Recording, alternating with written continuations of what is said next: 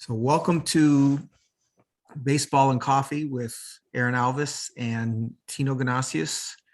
We are going to review our third base rankings today, redraft, dynasty, and our prospect rankings as well. How you doing, Aaron? I'm doing well. You having a good night so far? I am. It's actually sunny and 50 degrees for once. We did have a couple trades in our league to review real quickly before we get into our coffee experiences for the week. We did not review the previous week that you traded you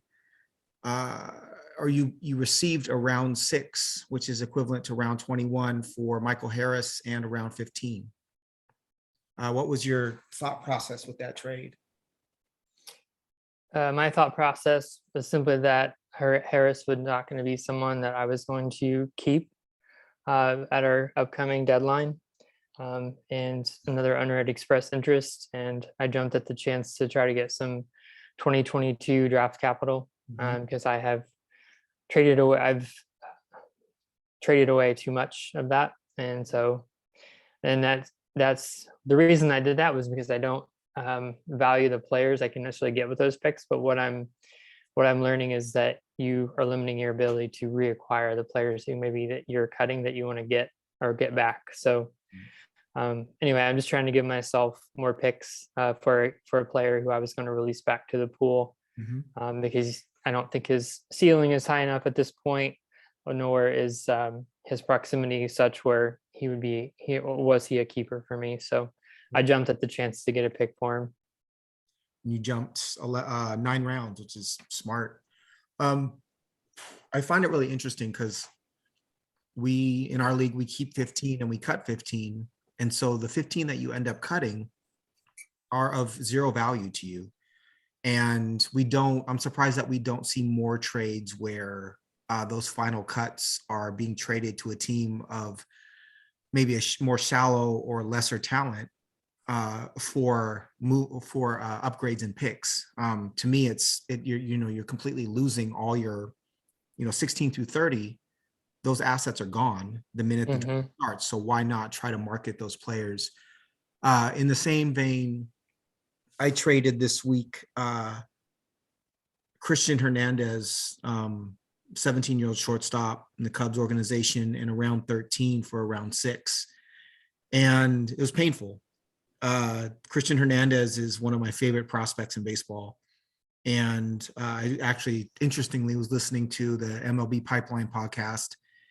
And I think it was Jonathan Mayo who said that Hernandez was his favorite shortstop of the Latin American young players that were acquired since 2020 and the 2021 draft crop. So he ranked Hernandez over Watson, over Lawler, over Mayer even. And he was his number 2 prospect for 2020 when the 2024 rankings come out.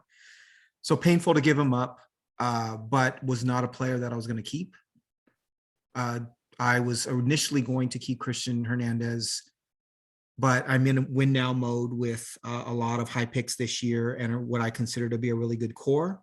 And so it came down to Christian Hernandez, Luis Patino, or Hunter Green as my last keeper. And I've decided on keeping Hunter Green for his strikeout upside. And I don't want to, he's potentially a number 1, number 2 starter down the road. And that to me is worth something. But I'm nervous. Giving up Christian Hernandez makes me nervous. Well, I mean, you traded him to Matt, and if there's anybody who's willing to deal, it's Matt. So he's probably not someone that's not reacquirable, and sure. He's constantly changing his own roster. So right, who knows what it holds down the road. And I would echo what you said about players and the cutoff and trying to find value. I think it's been something I'm continuing to try to better understand why managers, aren't more active. Right. I mean, everyone can play the way that they want. But to me, if you have an opportunity to improve your roster pre-cutoff, we have a lot of teams that have a lot of early picks. And we have teams that have extra pitching, extra catchers, and those are the people that go early on. Right. People have extra prospects, and you have an opportunity to secure one of those, and there's just not much interest shown in. It would be fun if, I think, productive, to your point, to get some more value out of those, for people to actively be shopping people that don't fit their build, or they have excess. I have a couple of teams that have like 3 catchers. Right. And then we have several teams that have none, just as an example. So yeah, it continues to be kind of confusing for me. Do you have a coffee experience to report from the week? I do. I have a brewing experience and a job experience. Since we talked a lot here about the trades. I'll share the brewing experience first, of the two, because it's shorter. I used my Chemex for the first time in 2.5 years, maybe. It was quite a couple things. Laura bought us a new box of filters, and they seem to have like cuts in them. So like 3 out of the first 4 pour overs I made, like, had grinds in them. So I had a bad box of filters, and then I was having a conversation with someone at work, and we started talking about a Chemex. Like, I haven't used a Chemex forever. And so I ended up, I pulled it out the other day and brewed a nice Columbia coffee on it, and it was really fantastic. So it was fun to get it out, and it was fun not to have grounds in my coffee for the first time in a couple of days. It wasn't my fault. What's your water process, or your water heating process? I have a gas range kettle. Uh-huh. I like to heat the water right on the kettle and just take it right off the boil. Mm-hmm. We have a large tea kettle, electric, but I like the smaller goosenecks for pouring. I'm pretty picky about the gooseneck, and it's hard for me to find one that I like, but I have one right now that I like quite a bit. And are you doing kind of a staged extraction process, or are you doing it all at once? No, I definitely do staged. I do an initial bloom, and then once it degasses, probably anywhere from 4 to 6 pours, usually. I'll let it get halfway, 2/3 the way up the top filter, and then I'll let it kind of draw down, and then go back up and try to get. That's the way I like to do it. I found when people do it just one, it gets a little astringent for my taste. So for me, it's a challenge as a brewer to keep that particular method like balanced. I like the brightness and the cleanness of the cup, but I also want to keep it more balanced. I don't like to be super tangy. Right. I think the Chemex is the most challenging brew process for me. Over V60, espresso, like really any other process, Chemex has been the one that has been both the most challenging and the most rewarding. Very rarely do I absolutely nail a Chemex, but when you do, to me, it's the most beautiful beautiful cup of coffee. That's awesome.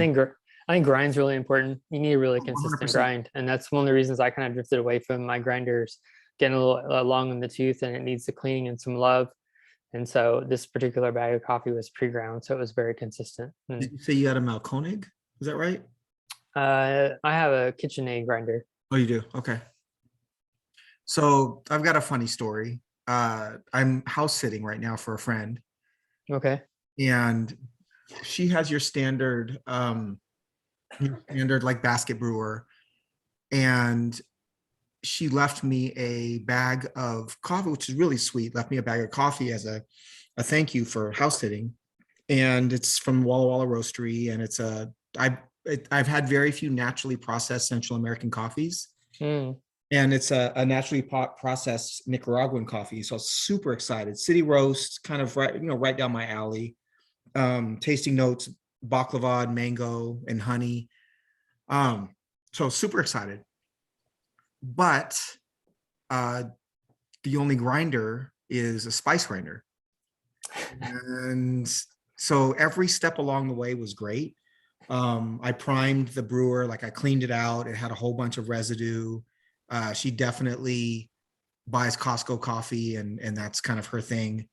But really appreciative of the gesture of the Walla Walla Roastery coffee. Coffee smells beautiful. But spice grinders are brutal. We all know that we need uniformity in our grinding. Yeah. I've got a Baratza at home that I use, which is not the perfect grinder, but certainly does the trick. But interestingly, I've made some really beautiful pots of coffee with the spice grinder. And I don't know if it's, I certainly would buy this Nicaraguan naturally processed coffee again. And I think that's the majority of what's going on. But it's just funny to me how we all have our own coffee setups and they work for us. The other thing I noticed was she has a big shaker of cinnamon right next to the coffee, the coffee maker, which signifies that she drinks coffee with cinnamon. Anyways, I've had some really nice coffee this week, and I'm super appreciative. But I'm also going to save half of this bag to be able to have it when I go home. Nice. Do you got a work story? A work coffee? Yeah. So I did something that was on my bucket list. I got to work on a green coffee loading station. So nice. Actually taking the coffee right off of the container and cutting the burlap so to get it into the roasting system there at the plant. So it's just one of those kind of links in the chain of the coffee journey that I've always wanted to experience. It's very manual. It's a lot of lifting. The bags are quite heavy, but I loved every second of it. And I've been wanting to get that experience. I help lead a team, and the people who do that work are part of the team that I help manage and help lead. But I really wanted to get in there and experience the job so I understand what they do and so I can be a better leader. And as a coffee geek as well, just I love getting the chance to do that. So between the guy I was working with, he loaded 125,000 pounds of Brazil and Colombia that night. So it was, holy smokes. Yeah. So again, it was a kind of a bucket list thing for me. That was really fun. That's a lot really of grateful. Yep. How cool is that? Yep. Three full farm lots, 42,000 pounds, 42,000 pounds each. That's wild. All right. Are we doing redraft first? Yep. Sweet. So I'm going to assume we both have one player in our first tier. Is that correct? I debated about having him in a tier by himself. I ended up having 3 people in my first tier. But yeah, it was clear cut. Number 1, I think. So I assume you have Jose Ramirez, Rafael Devers, and Manny Machado as your first 3. Maybe not. I do have those 3 players in my first tier. Yep. And my order is Ramirez, Machado, and Devers. So Ramirez seems to be kind of a undisputed number 1. And where would you rank him overall going into 2022 if you're doing a redraft? For me, as we've gone through these positions, I would take him probably as the 3rd or 4th most valuable player based on the skills that he possesses, and then as well as how it stacks up to the rest of the position. And I think the advantage that he would give you at 3rd base, and he's just so categorically balanced. The only thing that's not in his favor is he plays on a team that's average to middling. So, if he was on a San Diego or a Toronto or, he would be thought of, I think, much higher. He would be valued much higher. But he's right in the middle of his peak, and I've never had a chance to roster him. So it was really fun to really dive into his skills. And I was like, oh, okay. So this is how he posts this every single year. Right. And it was also just interesting to look at his progression as a player, going all the way back to when he debuted up to where he is now, and just look at where the skills were and how he got here. Quite interesting. His BABIP has mirrored his average for a number of years, which is also, I think, really interesting. And for me, he's top 4. I don't know that understanding or acknowledging position scarcity. There still is something about both Trout and Acuna for me that would be difficult to. I understand Trout is kind of low first round at this point, but it's hard. It is difficult for me to rank him above Trout and Acuna. But intellectually, when you look at the numbers and you realize that he may have another 300 season in him with 35 home runs and 100 plus runs and RBIs and 25 steals at 3rd base, it's kind of a no-brainer. He's He's a phenomenal player. The cool thing for me about him is he wasn't a highly regarded prospect coming up. Right. Right. And Yeah, that's what was interesting about his progression. he's the one player that makes me question all of our conversations around prospects and how much we value prospects. A player like Jose Ramirez, who's a top 5 fantasy player for the last couple of years, who we really could care less about when he came up. Mm-hmm. So the next Hey, two, go ahead. real quick, I just have to say a couple things I was just amazed by. First of all, he barrels the ball very well. He's not elite, but his zone contact rate last year was 93% with only a 5% swinging strike rate, Right. which translated to a 13.7% K rate. There's something to the idea that when you make more contact, you're going to make less great contact. Right.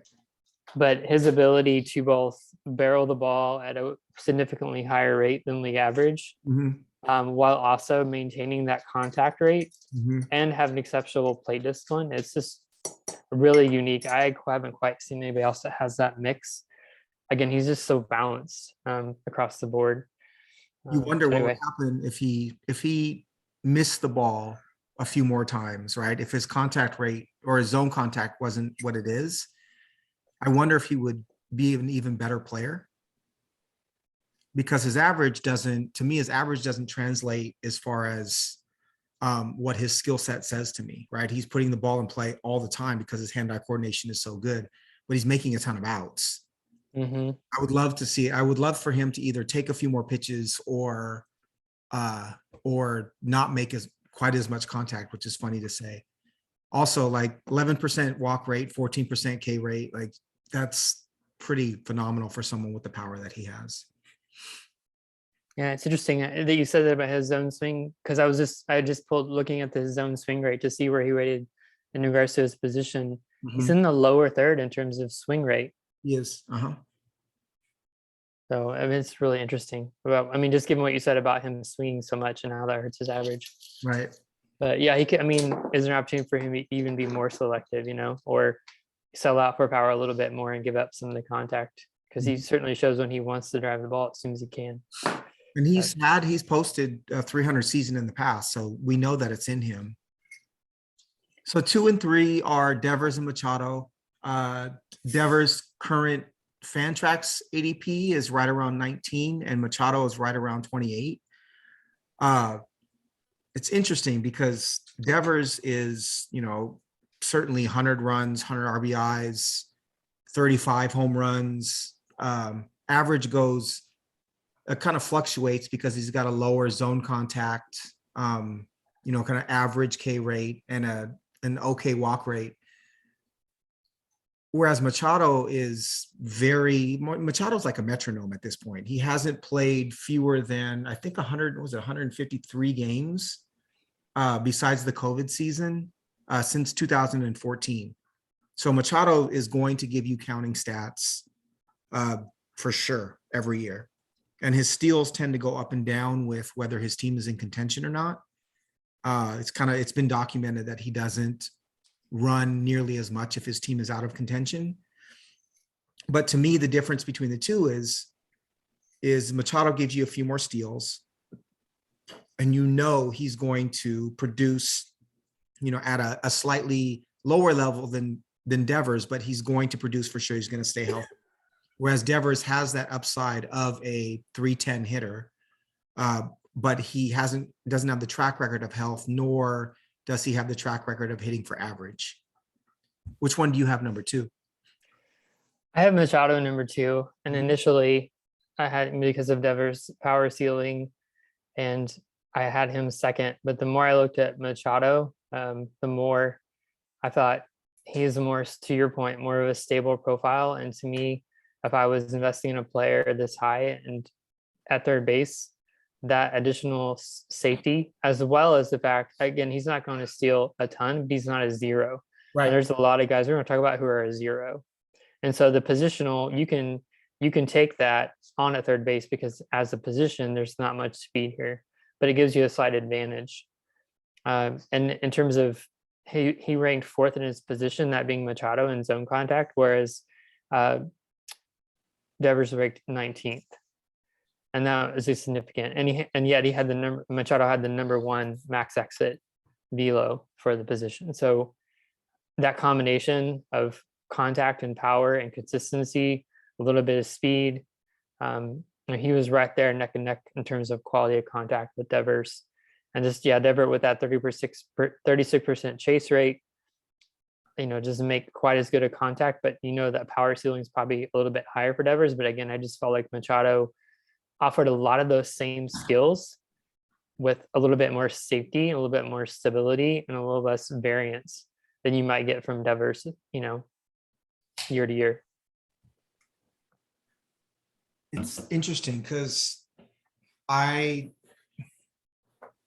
before really digging in, I would have just immediately assumed that Devers was the guy, right? Yep, that's exactly what I expected. Mm-hmm. And his batted ball stats were phenomenal. He's 93rd percentile average exit and max exit, 92nd for hard hit percentage, 89th for barrel. His launch angle is a little bit low. Well, not low. It's 13.1 degrees, which is not optimal, but is in an acceptable place.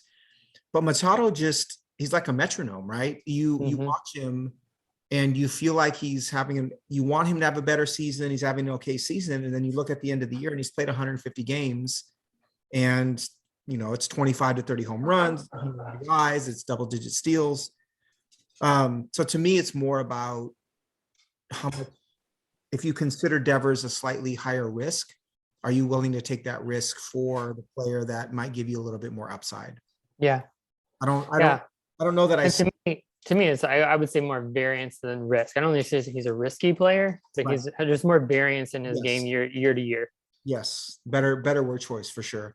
I mean, I will say though, I don't know that I do see a little bit of upside in Machado, and this is not this is not an evidence-based statement. It's just a guess, but I could see Machado giving up a few steals and becoming, he's become a bigger player. He was really skinny when he first came up with the Orioles. Mm-hmm. I'm bigger over time. I could see him, and he's not lost any bat speed. I could see Machado hitting the ball harder as he gets older, not running as much. That's just a gut feel. But from a scouting standpoint and having watched him a bit, it wouldn't surprise me if he did pop a 35 to 40 home run season at least once within the next couple of years. But you can't go wrong with either player. To me, either of those players are cornerstones. What I will say is from an ADP standpoint, I'm taking Machado all day. Mm-hmm. If I have the choice between taking Devers at 19 and Machado at 29, I'm taking Machado 10 out of 10 times. I agree. All right, let's move to the next tier. So I had J-Ram alone in his own tier. Okay. And I had Machado and Devers as 3 and 2. So Devers is number 2 in tier 2. Machado was number 3 overall, also in tier 2. But I'm super interested to know who your number 4 overall third baseman is in the beginning of tier 3. I have Arenado at 4, and I changed this probably no less than 6 or 7 times as I kept going back and forth. You want to change it again? I could be talked into it.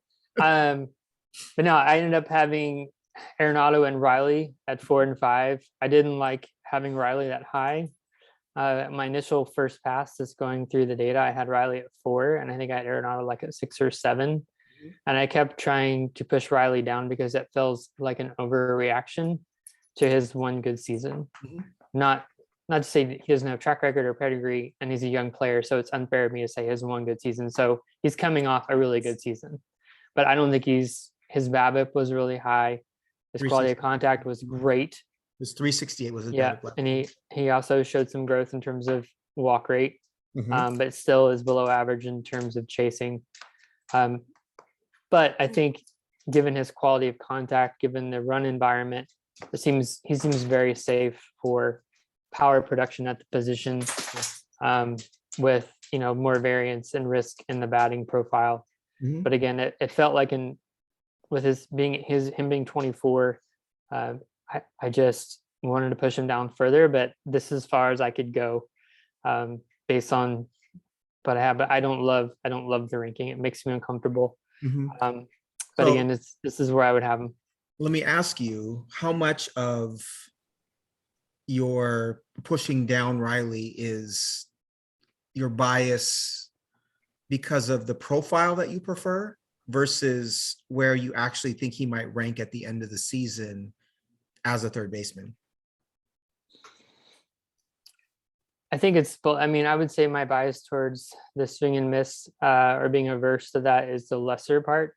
I think for me, what I saw in terms of the results he got last year, I just see some regression back to the mean. For sure. And so I wouldn't necessarily buy what he did last year as a baseline going forward. I think the power stays, but the other things come back. And I don't think it's a foregone conclusion that Freeman goes back there. And if he does, I mean, he's going to be pitched a lot differently. And that's going to be just another adjustment for him. So I'm just not ready to push him way up after one good season. I want to see, how he continues to develop. I agree with you with Riley wholeheartedly. So in the blog post about Riley, my very first word was conflicted, because he was 22nd percentile in chase rate. He doesn't walk as much as you'd like him to walk, 8%, and his BABIP was 358 last year. And so just those stats alone, for me, it's a player that I don't necessarily trust. He might perform for me in 2022, but I don't trust him to be that great player year in and year out. What I wrote was his floor, in my opinion, is a 250 average with 25 to 30 home runs and 90 plus RBIs. And that's not a bad third baseman. That's from my tier standpoint, that's certainly like kind of mid-tier 3 and a player that I would love to have. But I don't see, what I don't see is the helium that he has amongst other fantasy players rankings, right? I've seen him as high as 3. And for me, he's 5. I actually have Arenado as 6.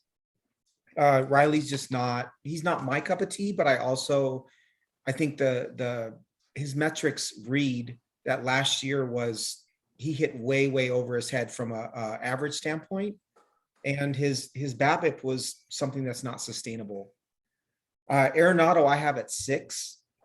Okay. He's a 3-tool player, and the reason he's a 3-tool player is he's going to get 600 650 plate appearances, and he's going to hit some home runs and drive in some runs, but he's a lower average fly ball hitter who is going to hit 3rd, 4th, 5th in the Cardinals order and drive in runs. But his counting stats are what are going to make him a tier 3 third baseman, not any of the other metrics. He's not that good of a hitter anymore. And Coors, he was someone who benefited greatly from Coors Field. He also doesn't run. So if you're okay with 260 and 30 home runs and 100 RBIs, and you want to bank it and move on, I think Arenado's your guy. But he's not. He doesn't have really any upside to me past that. And I think he was one who very much benefited from playing at Coors Field. So I'm interested to know why he's number 4 for you. Yeah, I think you spoke to some of it already, and that's just the accumulation of the quality of his defense, the amount of plate appearances where he bats in the lineup. You're going to be getting a pretty premium amount of counting stats. In terms of his skills, what I saw is his carrying skill that stood out to me was he was number 2 at the position in zone contact rate, but he swings a lot. And so his OBP is low. But I think what I had to come to, and this is where my love of data and Statcast and trying to understand skill and how trying to remove variability with performance by understanding what are the root skills, to me, he kind of breaks the model because he clearly has shown that he hits the ball at the right angles and to hit 28 to 32 home runs pretty much every single year. Where I see the big downgrade is in batting average. Right. As soon as he got out of Coors, his batting average went down, which makes sense because it's not as much space in most other ballparks. Everyone knows that Coors drives average more so even than power. I think there's a misconception. I hear a lot of people think, oh, Coors, the ball flies out. It actually doesn't. But what it does is it drives up BABIP and it drives up batting average. So his swinging a lot, like high volume swing percentage, premium, like in terms of contact, making a lot of contact, that worked for him in terms of batting average. So I don't expect that going forward.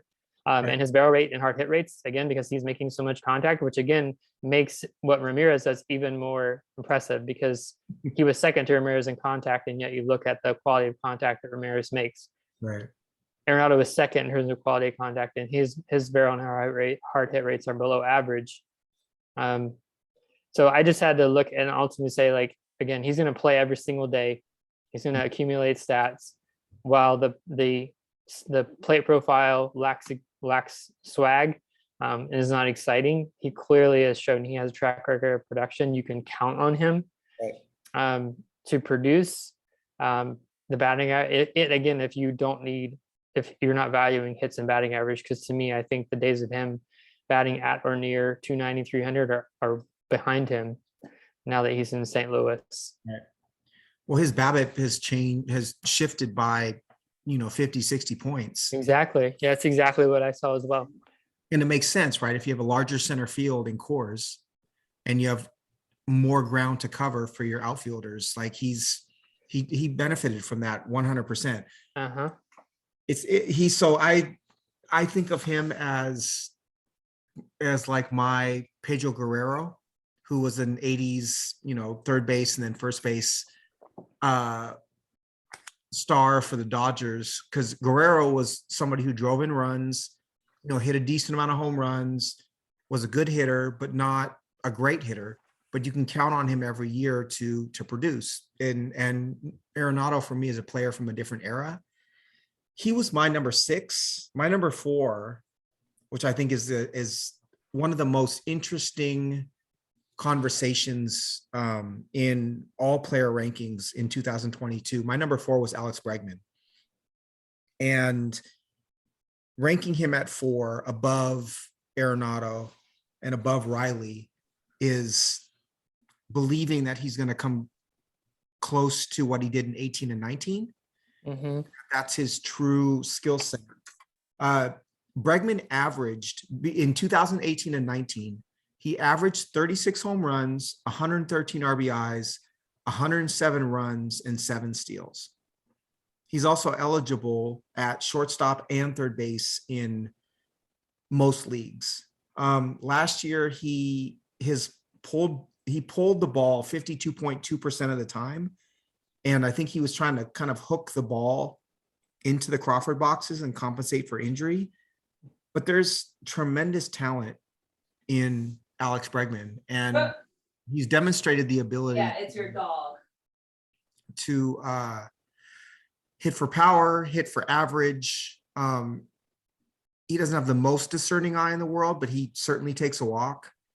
I think he has more upside than either Riley or Arenado. And for me, he's my number 4. What say you, Aaron? Yeah, I mean, I don't see him in this tier. I hear your arguments. I never bought him to have that kind of power. Have you looked at his spray charts from 18 and 19? I have. Were they more neutral, or they were not the pull heavy from last year? No, he was much more pull heavy last year than he's been in the past. Okay. Yeah, because his expected power, he's always overperformed his expected power. And so yeah, with the health mix in, and his eye is actually quite exceptional. So I know his OBP is going to be quite good, and he will be in the middle of that lineup. And he may be healthier, but yeah, I'm just not betting on the power coming back the way you are. And so without that, I didn't see him being up in that third tier. So in 2019, this is wild. In Okay. 2019, his walk rate was 17.2% and his Mm-hmm. K rate was 12%. Mm-hmm. And so for me, there's the ability to understand and discern what pitches are coming. I get the jokes with the garbage can and everything else, but he knows what's coming. He can see pitches, and he makes contact and doesn't strike out. His BABIP that year was only 281. And so if you compare his BABIP to a league average, he was slightly below, but he hit 41 home runs with 122 runs and 112 RBIs. Even if you get, 80% of that, 85% of that, to me, that's still a gamble that I would rather take over Riley and over Arenado. I don't know. I'm really interested to see what happens with Bregman. I think that Correa being gone is going to have an impact on that lineup. So Altuve's older. Correa's gone. They may sign Story or someone like that to replace, but their lineup isn't going to be as formidable as it has been. And so Bregman's just a total crapshoot for me. I think you could roll a 7 or 11 and totally like jackpot, or you could roll snake eyes and Bregman can be terrible. But he's my number 4. I think he's going to outperform Riley and Arenado. It's an aggressive rank, and I respect it. I just don't. I mean, his career high barrel rate. Just looking at it here, he spiked an 8% in 2018, and that's his career high. I'm skeptical about the power coming back, but if it does, you will be right. The question is, do you need to barrel the ball to hit the ball out as a right-handed hitter in Houston? In Houston, yeah. Well, I don't know. I would be interested to know how many of his home runs in Houston would actually qualify as a barreled ball. I bet you it's not all. I bet it's not a lot. Right. I bet it's not a lot. Right. And it seems like he's mastered the kind of the art of getting the ball over the fence in left field. And to me, that's, the fact that he was over 52% pull rate last year means to me that he was trying to hook the ball into the seats in left field, knowing that he didn't have to hit it very hard to actually get it there. He's going to be really interesting to watch next year. It's going to be fun. Yeah. Who do you have at number 7 or 6 and 7? Yeah, so Arenado and Riley were my second tier, starting at the third tier, and this is a big tier for me. Again, this speaks to what we talked about a little bit with valuing Ramirez and Machado and Devers at the top. This position, I think, is in a low point, at least since I've been playing fantasy football or fantasy baseball the last 10 years. It's just really challenging. So I have number 6, Justin Turner. Whoa, really? Yep. 7, Moncada. 8 Hayes. 9 Bregman. 10 Donaldson. 11 Jamer. And then rounding out the tier, Chris Bryant at 12 and Rendon at 13. So you do have Bryant. I was going to ask you if Chris Bryant wasn't actually listed as a third baseman. I still see him as a third baseman. I know he gets reps in the outfield. Yeah, I think of him as a third baseman. And you can look on Baseball Ref and see like where his position broke out, but I don't know. You did say Rendon or no? I did. I had him at my last player in this tier. All right, you gotta preach now. I gotta know all about all those rankings because we're all kinds of opposite with this one. We got sideways. Yeah. All right.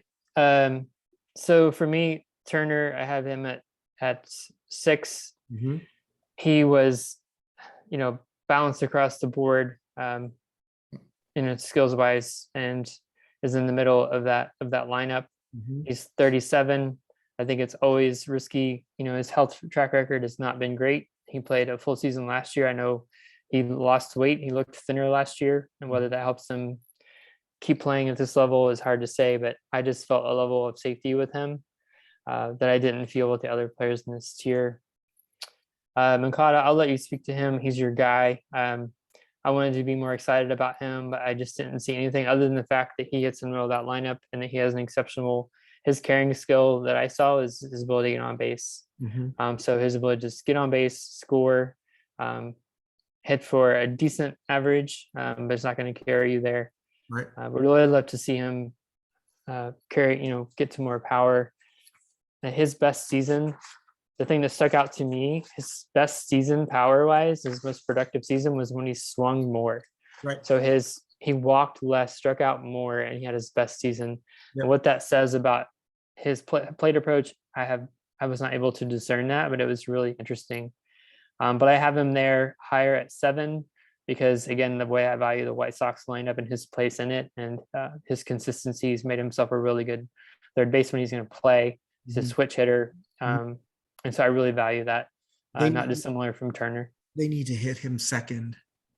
They really need to hit him number 2 in front of all of that power because of his on-base skills. But I'll get to Moncada. I mean, I have so much to say about Moncada. Go ahead. Yeah, I figured you would.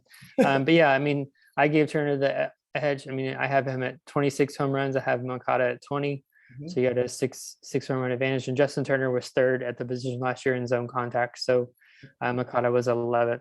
And then I have Hayes at 8, Bregman at 9. We just talked about Bregman. I value his on-base skills. And again, his place in that lineup, he's going to play every day. I question if he can post even replacement level power at the position, and he's not going to run anymore. So he's going to have to really be healthy and really hit to try to be a difference maker, but he's going to score a lot of runs for that team. Donaldson, I can't stand. His quality of contact and production last year was quite good, actually exceptional in terms of hard hit barrel rate. And then also he did log over 530 plate appearances, but to me, if you draft him, you have to have a backup. It's just a matter of when he's going to be out and for how long. But I was impressed with the season that he had and the skills that he still seems to have for the Twins. Jamer Cardinal, I really like Jamer. He was tied for the league lead in doubles last year. He is 5th in the position at zone contact rate. And to me, he's a really safe option in our league. He hurts you with errors. He's not a good defensive third baseman. And it's something I've had to deal with, but I like him better than Chris Bryant. Chris Bryant's projected to have a little bit more power, but I think Jamer has a chance to. I don't think we've seen his best season yet. I think some of those doubles can become home runs, and we might still have a 25 home run season from him with a really good walk rate. A quick anecdote with Candelario, because he's not in my top 16. I saw him play in Everett, Washington, because I went to Everett to see Mike Zunino play with a buddy of mine when Zunino was in single A. And Candelario is the one, so it was the Cubs single A team, and he's the one player that I remember from that team. And I think he doubled. And I remember saying, remember saying to myself, remember that name, because he looked like a player. Yeah. He's not in my top 16, but I remember seeing him. He's probably, 6 years old or whatever he was in single A, but it was fun. And it's fun to see players that you see at that level make it to the major leagues. That's great. Mm-hmm. Yeah. And he has that mix of contact and on base and power. He was 5th position in zone contact. Mm-hmm. His XOBP was 358, and he was in the number 4, had the 14th highest max exit velocity at the position. So contact, on base, and some power. I like him. He's a good balanced player. Mm-hmm. Chris Bryant, we don't know where he's going to play. I'm not a huge fan of his batted ball metrics, but he's proven to be a productive player. His steals continue to decline. I think you take that away from him even more. I don't know how valuable he's going to be, but he's still really well thought of. So I'm not going to have him anywhere. Right. So then Rendon. Mm-hmm. Rendon is my last player in this tier. It pains me to rank him this low. To me, he's one of the best 5 to 10 hitters of the last decade, from 2010 to 2020. Mm-hmm. But he's clearly in decline. You look at 4 years in a row decline exit velocity, 5 years in a row decline sprint speed, mm-hmm. 4 years in a row decline outs above average.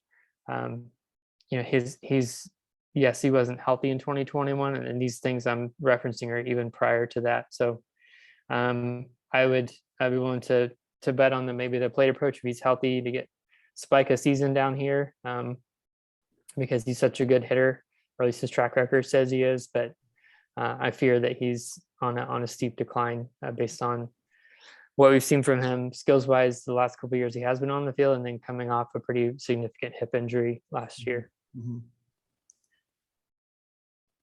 So we see this position. I knew this would happen. Like very differently after the top, 6 or so. My number 7 was Chris Bryant. I think where you draft him and what you expect from him in 2022 has everything to do with where he signs. His current Fantrax ADP is right around 96, 97. He's a fly ball hitter, and he doesn't hit the ball very hard. Right. And so, I would love to see him as a Mariner, but I don't know if that's the best fit for Chris Bryant. Mm-hmm. But he does take a walk. Yep. And he is a skilled hitter. And from a fantasy standpoint, he provides you flexibility because he plays third base and he plays outfield. One of the things that was really interesting was to revisit his 2016 season when we were all really excited about Chris Bryant. He had 39 home runs and 121 runs and 102 RBIs, 8 steals, 939 OPS. And it's worth asking the question, do we value him because of his season in 2016, hoping that he somehow rediscovers that season versus? I think so. I mean, that's kind of what I was referencing. To me, like he always goes higher. He's thought of higher than his production merits. Right. That's so I like him, and I think that he's as predictable as a Machado is, not at the same level, but he has the same predictability where he takes walks and he's a good hitter and he's going to hit some home runs. I just don't think he's the superstar that we all think of when we say the name Chris Bryant. I am interested to see where he goes. I think if he goes to a park where he has a short porch in left field, I could see him hitting 30, 35 home runs again. Mm-hmm. My number 8 was Rendon, and he's the last player in tier 3 for me. He's coming off of his hip injury and his triceps injury. I hear what you say about his skills in decline. I totally agree. He still has an 11+% walk rate and a 15% K rate, meaning he sees the pitches that are coming. He understands the pitches that are coming. He understands the pitches that he can hit. And his 2019, whether it was a juice ball or like the perfect group of circumstances, it was 319, 412, 1,010 OPS, 117 runs, 34 home runs, and 126 RBIs. That's a season we haven't seen out of a third baseman in forever. Mm-hmm. So even if he gives us 80 to 90% of those stats, that's, to me, I'm elevating him, 3-5 spots. Yeah. The other part is he's coming off of injury. He has shown the ability to be he's a great hitter. I liken him in some ways to Edgar Martinez. He's a right-handed third baseman who can take a walk, not to the degree that Edgar could, but he's just a great hitter, right? And he's someone that is a great hitter. And he's hitting around Trout and Ohtani and Joe Adele and Brandon Marsh. Like, that Angels offense is going to be good, and they're going to score runs. There's way too much talent on that offense to not score runs. So he's my number. Oh my God. In tier 3, the end of my tier 3 shortstops. And he's a player that I actually would target as someone who is being drafted a little lower than he may perform. If he ends up being in that second tier with Devers and Machado, it would not surprise me one bit. I wouldn't say that he has 3 seasons. Aria, don't go under that. He could potentially have 1. Aria. So Yeah, I 100% hope you're right. Oh, yeah. I truly love him as a player, and I hope he can do that. That would be. I'm just a little bit more cautious. for sure. So my next, I actually have a 4th tier that includes, so Moncada's 9, Justin Turner is 10, Donaldson is 11. And this is I called it my Moncada tier. It's kind of my predictability tier. Turner is 10% walk rate, 75 runs, 75 RBIs, low 20s in home runs, 280 hitter. He's done that year over year. He may do that 1 or 2 more years, but everything that he's done says he's going to give you a baseline that is workable. Donaldson will provide you the same, potentially more power if he stays healthy, but he also is in an offense that can get a lot better. If Buxton plays a full year, knock on wood, Kepler and Kirilloff can continue to progress. Josh Donaldson could be a 90, 100 home run, or excuse me, 90, 100 RBI player in 2022, and it wouldn't surprise anybody.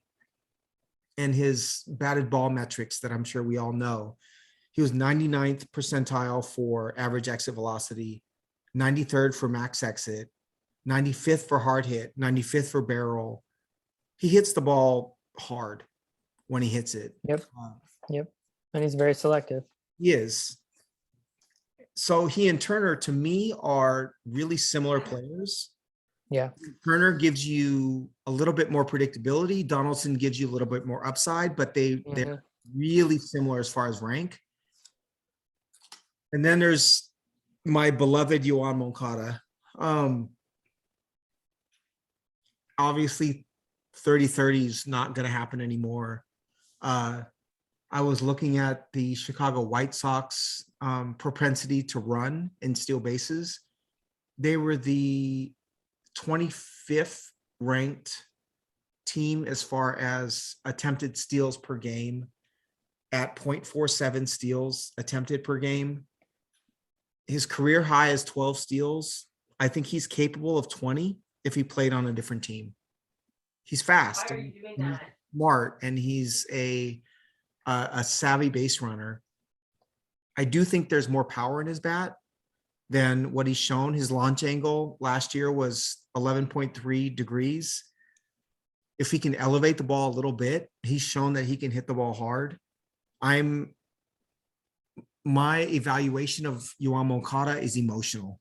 And like I will say that very transparently. I understand that he's a middle of the road third baseman, but I do think that there's the potential for more. What I love is the fact that he walks. If he hits number 2 in the White Sox lineup, he's scoring 100 runs. No doubt. He was hitting 5 and 6 towards the end of the year last year.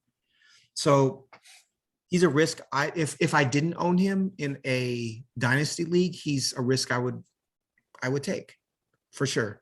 But he's ride or die for me. I will always own Yoan Moncada like till the end.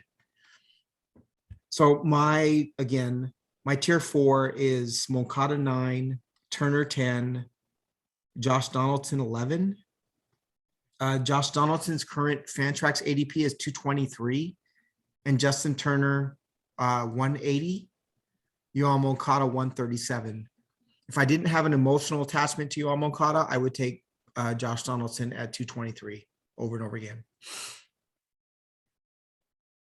So the next tier, which is my tier 5, I believe it's your tier 4. Is that correct? Correct. Why don't you give me your 12 through 16? 3 players in this tier for my 14 through 16, Chapman, Escobar, and Suarez. So I have Suarez. I listed Luis Urias as a third baseman. Okay. He's 13. Chapman is 14. I have Cabrian Hayes at 15 and Ryan McMahon at 16. That rounds out my third base rankings. So Suarez, what did you find? He was my 16th ranked third baseman. He, to me, he's one tool. That's power, Mhm. power over hit, and his zone contact, his zone end zone contact. Do you know it? Would you like to guess? I can find it. It's 50%. Zone contact? Yep. Are you kidding? Nope. Let me double check here. That's bad. Let's see here. I may have looked at the wrong column. Where are you I at? have it at 85. Yeah, I was looking at. I'm sorry. I was looking in the wrong column. My bad. If Remove that. it was 50, that's like you and me trying to play Major League Baseball. Yeah. Yeah, but I didn't see anything in terms of bad ball luck there or anything else in terms of quality contact that would make me think that he's going to return to a more respectable, batting average. Mhm. They were starting to platoon him at the end of last year. I don't know if that will continue or not, but they certainly showed that they're willing to move away from him.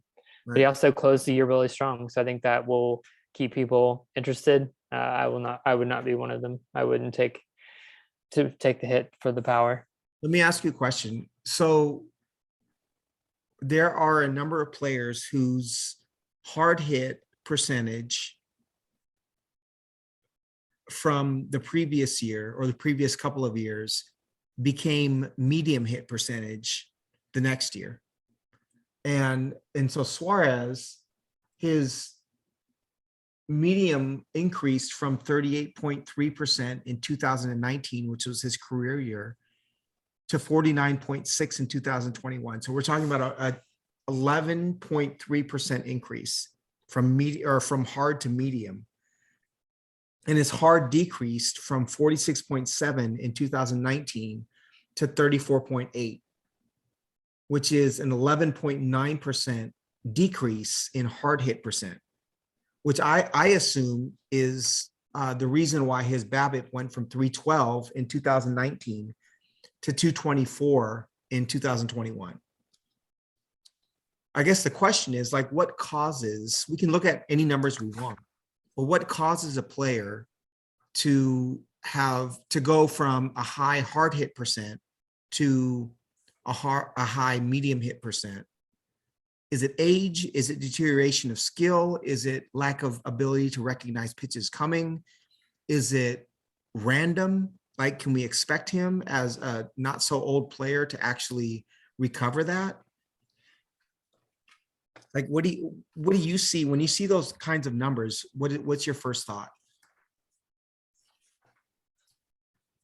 My first thought is he doesn't know. He doesn't have idea of what he's trying to do up there. He's guessing, or he's reaching, or he's trying to do too much. Mhm. He was injured coming to 2020. He had a really good season during the fig season, and this year they asked him to play shortstop. Right. And I don't think that can be underestimated. In terms of him, the way that affects your confidence at the plate, the way what you're doing when you're not, during the games. Like, what are you working on? Is he doing defense? They only have so much time in a day. So I'm not saying that's the reason. It was clearly a wrong decision on the Reds' part to do that. He played terribly at short, and he had a poor year offensively. But yeah, I mean that's what I would think. Is there's something going on, an injury, something going on where he's not himself. Right. So would you take a chance on him? I would not. Again, because the way he finished, from what I see, people are like buying back in, and Mhm. I would only take him like as a flyer late. I mean, his OBP 302. I mean, so he's barely passable. Right. Yeah, I don't love the Reds offense either. So even when he hit 49 home runs, he didn't drive in 100. Yeah. And so from that standpoint, I don't love the Reds offense. I don't love all of the kind of exterior variables. I do think he's going to hit a lot of home runs. I don't think he's going to hit 190, like 198 next year. I could see him hitting like 230, 240 with 40 home runs. But I'll let somebody else take the risk of Suarez unless I was in a redraft and I didn't have a shortstop or a third baseman, and I had to start taking a risk or risks with someone like Suarez and maybe somebody ranked in the same place or similar place as Suarez. I could see taking Suarez and, keep Brian Hayes and saying, you know what, if Hayes is a potential superstar, if he doesn't elevate the ball, then at least I have the home runs from Suarez. Other than that, Right. he's not someone you can count on as your only third baseman in a redraft, and he's going to be okay. I agree. So you had him at 16. Who were the others you had before him? I had Matt Chapman at 14. I refused to give up on him. Mhm. I Had him at 14 as well. Interesting. And to me, like if I was going to take a shot on someone, who has swing and miss and who has power, I would take Chapman because he plays 80 grade defense, plays every day. And I still think, he's battled injuries and, he's had up and down, and I still think his best season is to come. Mhm. I just really like him and as a player and what he does. Then I had Escobar at 15, which is kind of a meh ranking. Just trying to show some respect for what he's done in the last couple of years. Very stable production, pretty even skills across the board. But again, the Mets have a lot of bodies, and we don't know about the DH. I don't know how much he'll play, but he's been a useful player the last couple of years. So you had Hayes at, was it 8 or 9? Is that right? Yes.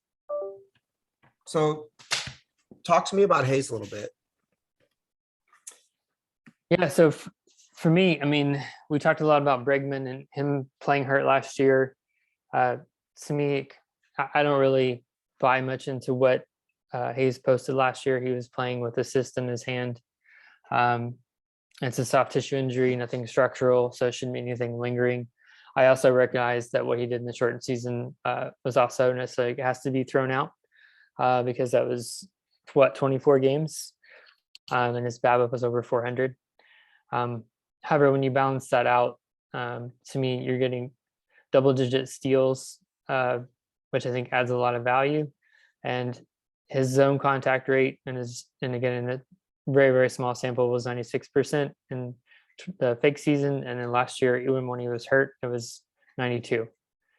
And so, to me, when I look at the players at the top of this position, what I consistently see in Ramirez and Machado and Arenado, Justin Turner, these guys who have this, they have the ability to consistently, contact the ball. Mhm. And I really believe in his ability to add power and lift over time. But what I see, it gives me hope that those underlying skills are there. And he's looking at his minor league track record. He's consistently struck out between 13 and 18% of the time. So I just don't look. I see the strikeout rate from last year as just fraudulent. So yeah, I'm just really excited about him. And the thing, I have Moncada above him because Moncada plays on a much better team. But I think in a couple of years, the Pirates are going to be a pretty exciting team too. So Hayes is, I want to love Ke'Bryan Hayes. I really like Charlie Hayes as a player, his father. I think he has good power. He has a good hit tool. He's a great defensive player. His launch angle in 2021 was 2.6 degrees. Like, he did not ever hit the ball in the air. And there is precedent for players to learn how to elevate the ball, right? Jorge Polanco, I think, is a great example. Luis Urias is a great example of a player who decided to change their approach and try to elevate. And Ke'Bryan Hayes needs some of that. I have confidence as the son of an major leaguer that Ke'Bryan Hayes can learn how to hit the ball in the air a little bit, and he has the physical talent to do it and do it well. Until I see that, he's my number 15. I do think he reaches double digit steals and double digit home runs next year, which is incredibly valuable. And I believe in his ability to make adjustments, but I want to see it before I rank him any higher than that. Chapman's rough. So my first line in the blog with Chapman is, unfortunately, fantasy baseball does not reward gold or platinum gloves. I think a lot of our perception of Matt Chapman is because he is such an incredible defensive third baseman. For the sake of this conversation, it's that means nothing to me. Would I rather have Chapman or Eugenio Suarez as, my third baseman? I think I would take Suarez. I think Suarez has more power potential. Chapman might be a better hitter. Suarez has more potential. I know Chapman was hurt last year, and that took a big toll on his ability to produce. He also is a trade candidate. So if he goes to a park smaller than Oakland, which is not difficult to do, Chapman becomes a little bit more attractive of a pick. But he's my number 14. And then I do think it's worth spending a little bit of time on Luis Urias. He had 23 home runs last year. Mhm. He had 77 runs and 75 RBIs. Kind of under the radar. I don't know that everybody immediately thinks that when they think of Urias. What's interesting to me, and what I'm trying to kind of suss out to decide whether he's a player that I want to roster, is, did he give up a bunch of his hit tool to be able to hit 20 plus home runs? Or is he still the hitter that we saw, or that we thought we saw in the minor leagues? And he can put together a higher average and power next year.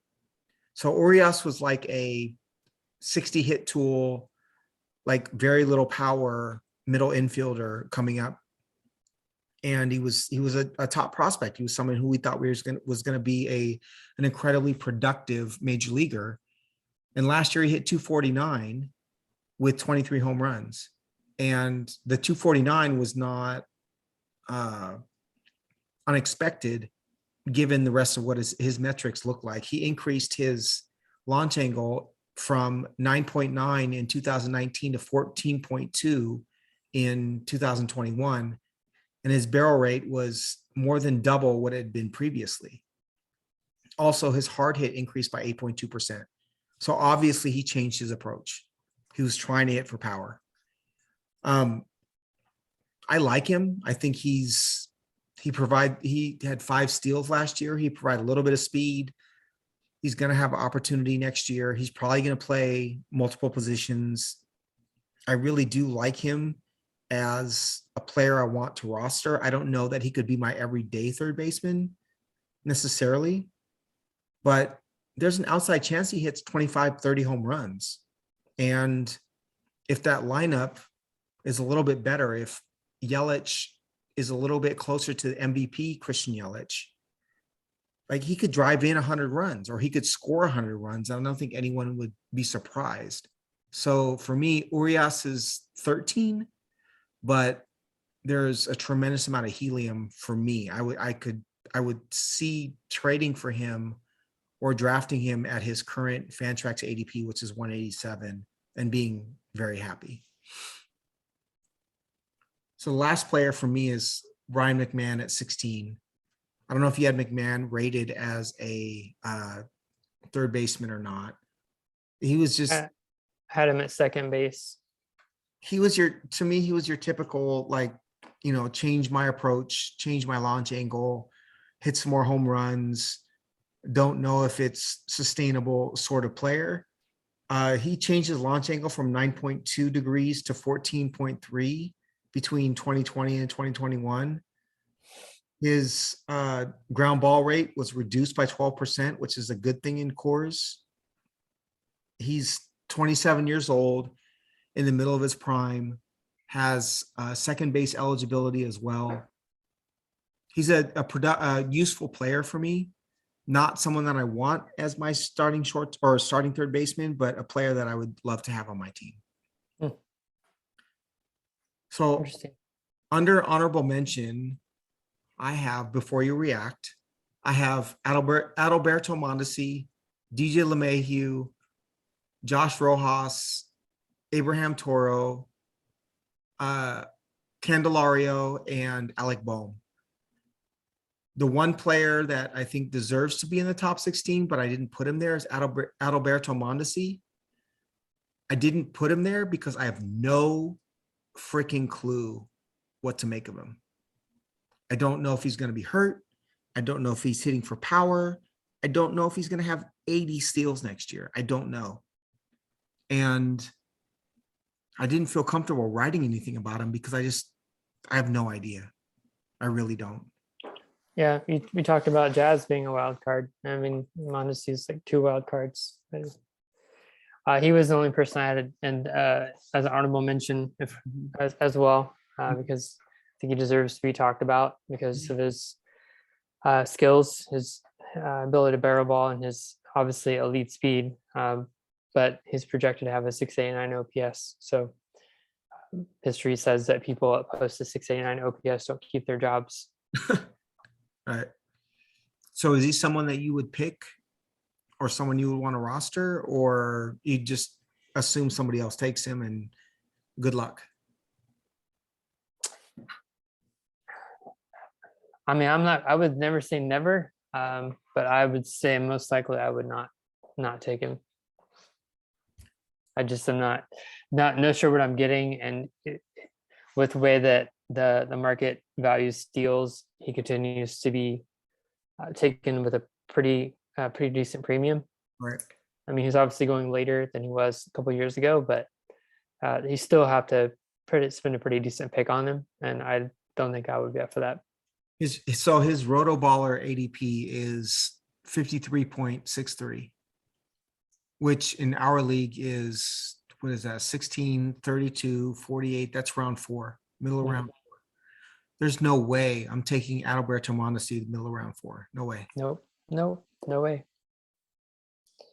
Any thoughts on LeMahieu or Rojas, Toro?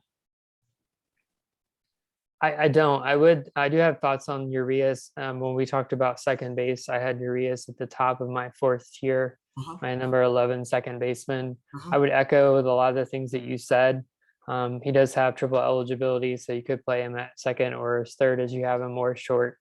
Yeah, it was just really interesting, the shift that he made to lifting the ball and his ability to barrel the ball.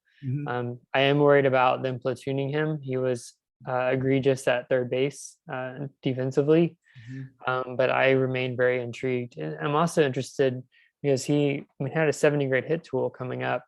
His XBAs since he's been pro have been between 243, 254, 257. Second half last year it was 276. So it would really interesting to see if is he just selling out completely to try to lift the ball, or what sort of when's the hit tool going to come to the forefront. He's a really intriguing player, and I think there's opportunity in Milwaukee. Right.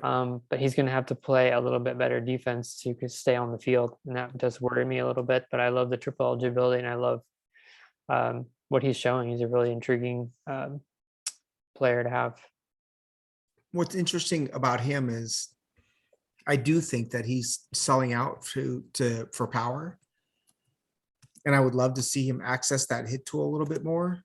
I think maybe this is just like an old person bias, but I wish that he's the type of player that if he implemented more of a 2-strike approach, where he was selling out for power in the way he did last year with strike 1 and strike 2, but when he had 2 strikes, he actually was trying to use that hit tool and just slap the ball into right field.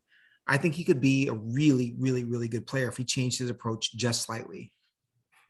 But he's a player I will target. I will for sure target Luis Urias as someone that I want on my team, kind of first guy off the bench. And he's in the pool already on our league, so you'll have that opportunity. I saw that. He's someone I was looking at, and I was like, who has him? Like, oh wait, he is freely available. Right. All right, dynasty. So how does any of this change for dynasty for you? It really doesn't. Oh, we're not talking prospects. I always think that when you said dynasty, I think we're talking prospects. So it doesn't change too much. I flipped Devers and Machado 2-3. So in dynasty, I have them flipped. So Devers Uh, model 3. Yeah, Devers to 2, Machado to 3. Just with Devers being 25. One of the factors in me keeping Machado above him was the continuing that he can contribute in speed, but as he gets older, as you said, that might, or we probably expect that would continue to decline. Sure. And whereas Devers is 25, so he's just entering his peak. So I flipped them 2-3 there. So do you have what do your first couple of tiers look like within dynasty?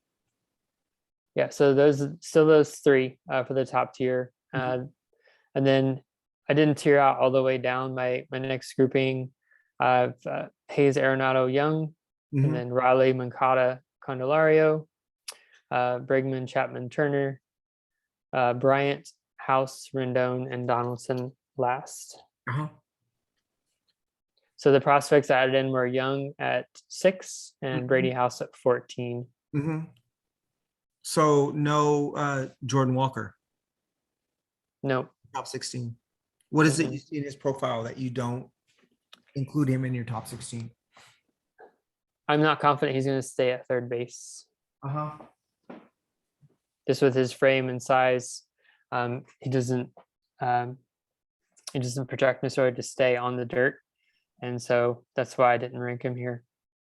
Got it. He's 6'5", and that's not I could see him moving to first, like taking over for Goldschmidt eventually. Maybe Gorman moving to third, but I'm still going to keep him rated as a third baseman. So I have Ramirez as in that tier alone, tier 1.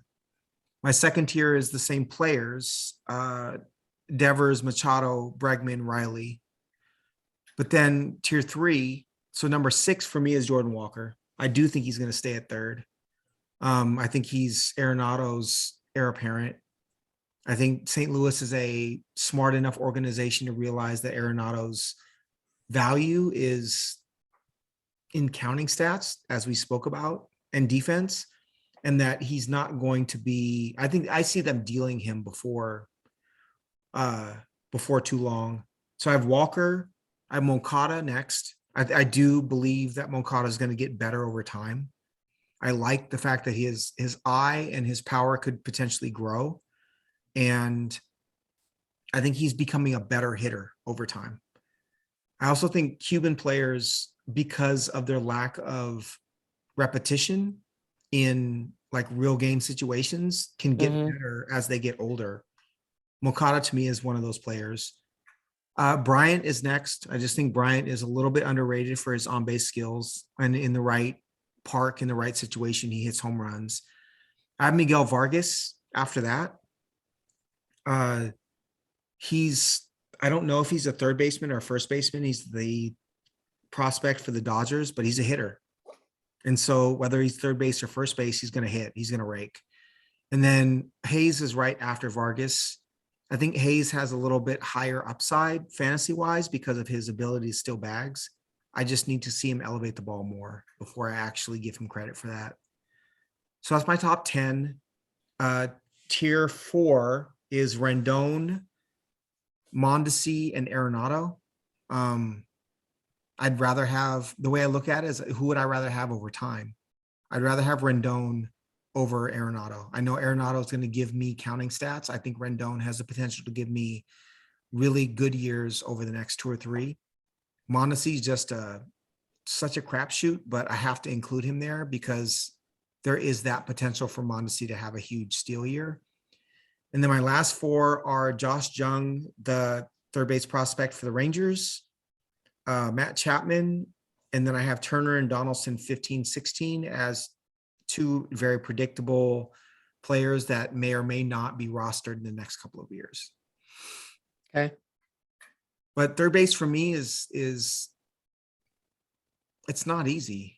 I think after you get past that first 5 or so, it's just it's what profiles do you prefer?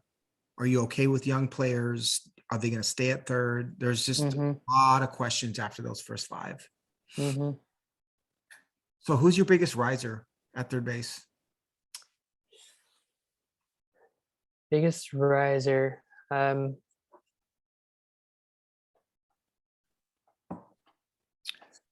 So believe it or not, mine is Jose Ramirez.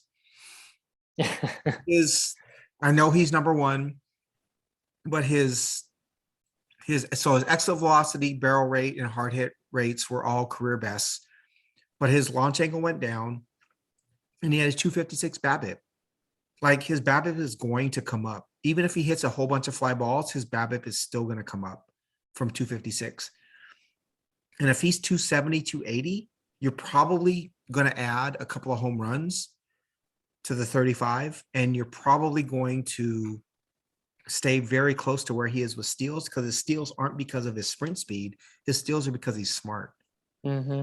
And so to me, Jose Ramirez is, if we're sitting here in 2023 saying Jose Ramirez is the number 1 player overall, it would not surprise me one bit. So he's my riser. Yeah, I mean, as I look at those, I don't have anyone I think is going to way overperform. I think the player that I came away that I liked more than I realized was Machado, just because I think I've always held a bias against him just because of the way he carries himself on the field. Sometimes he had a reputation for kind of not giving 100% at times, and but just taking a look at his profile, I've just come away with a bigger appreciation for him as a player, and I'm really grateful for that. How much of those antics do you allow to impact your perspective? More than I should.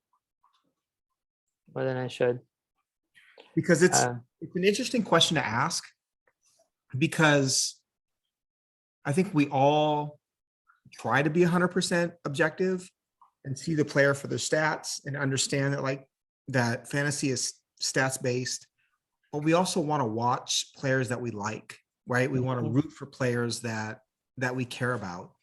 Mm-hmm. Hence my Yohan Moncada, Byron Buxton, love.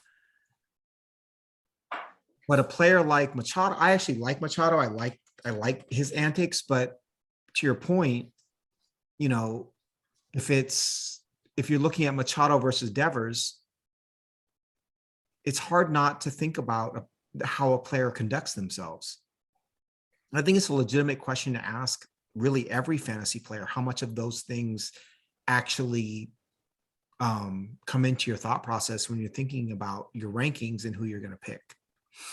Yeah, it just seemed like I had this perception that, like, it was talent, and he doesn't really try to, like, get the most out of it. And I just appreciated, like, moving past that surface appearance, and I just come to appreciate him a little bit more.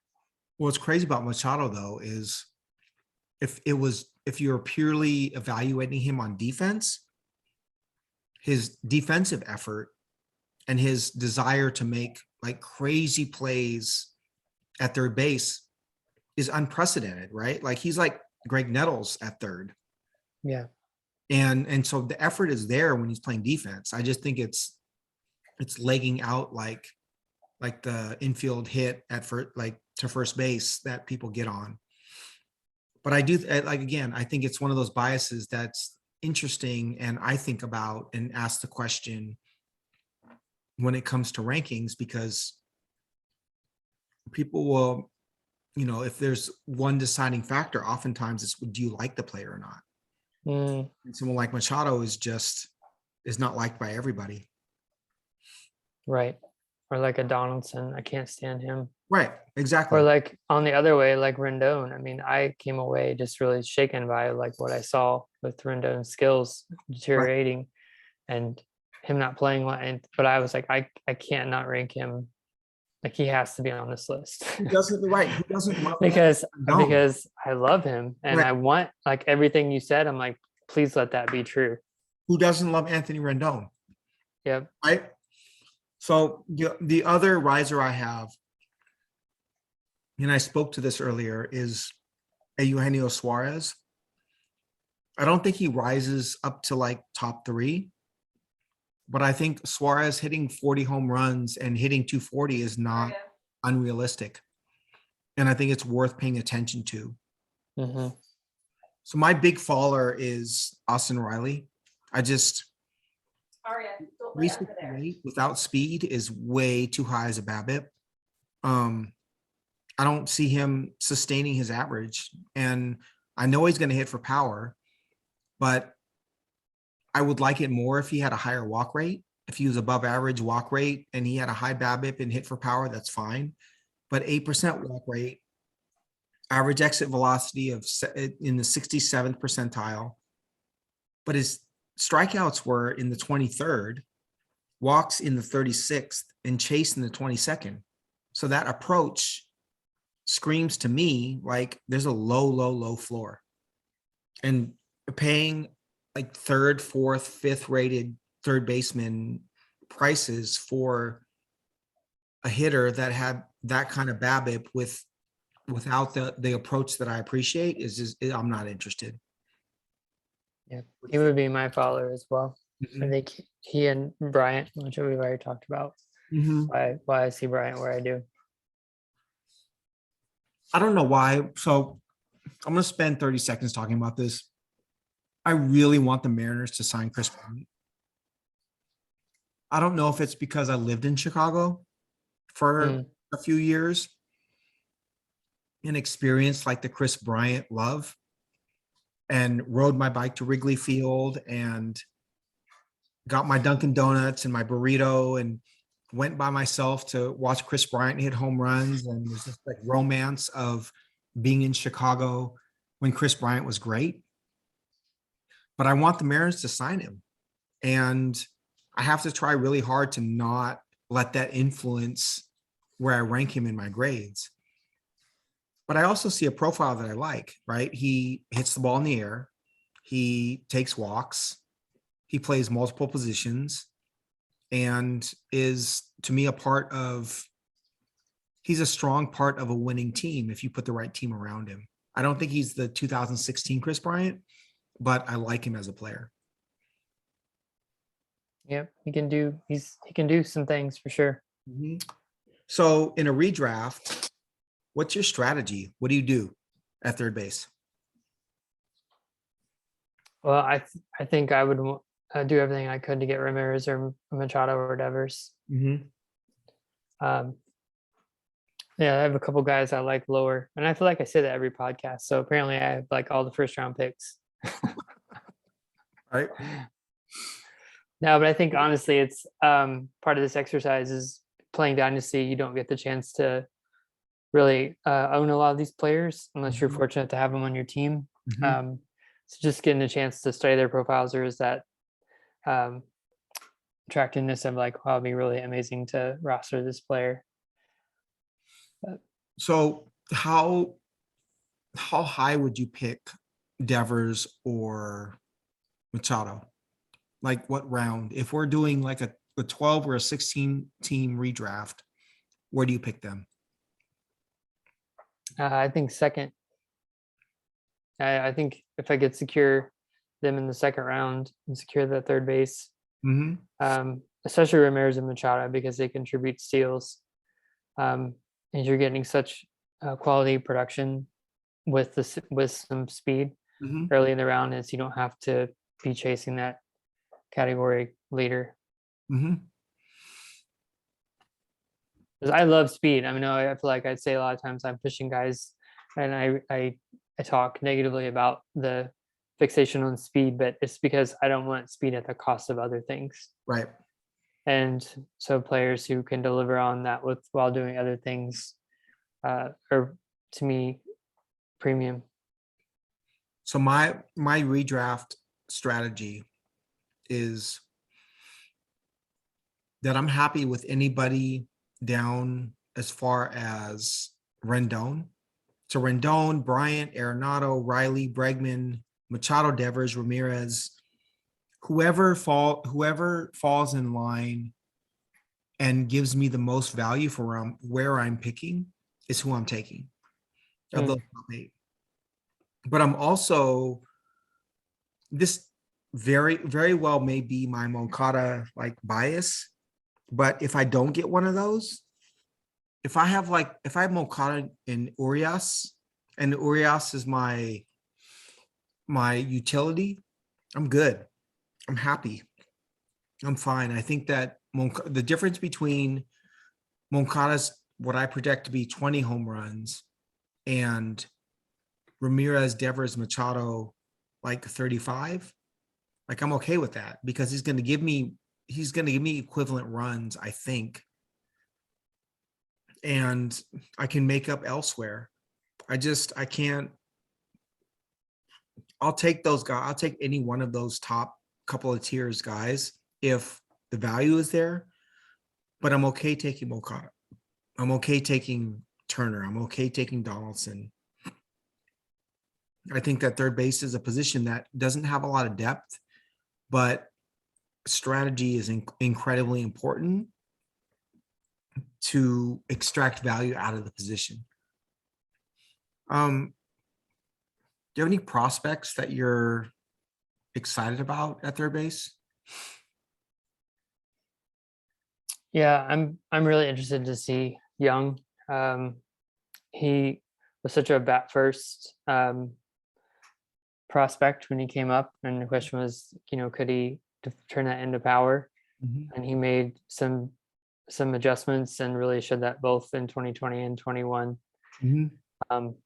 And his hard hit rates and slugging percentage last year were really eye-popping, and that's when I get excited and really intrigued when people have the ability to hit and then bring the power and the OPS along with it.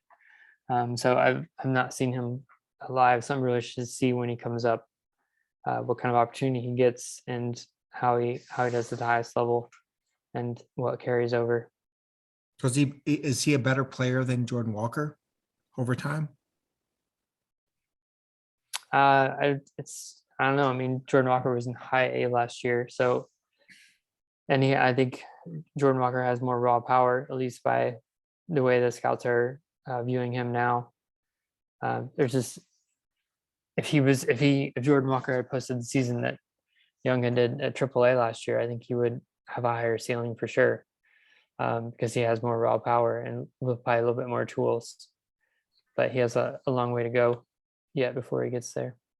So say you have a gap at third base, 15 keeper, 15 redraft, just like our league. And Walker, Josh Jung, and Jose Miranda are all available. Which one do you want? Overtime, which one do you want?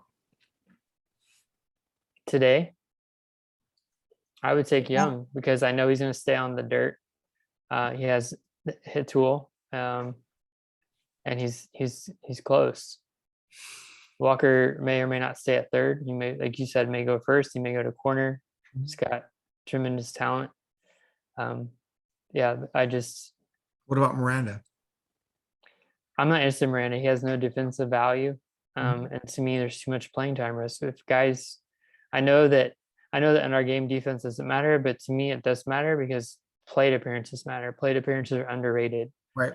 Guys who add defensive value, guys like Moncada, guys like Hayes, guys are going to play every day because they can pick it and play. They're a plus glove. Yeah. That keeps them in the lineup. Totally. And that if they're in a slump, they can come out of it.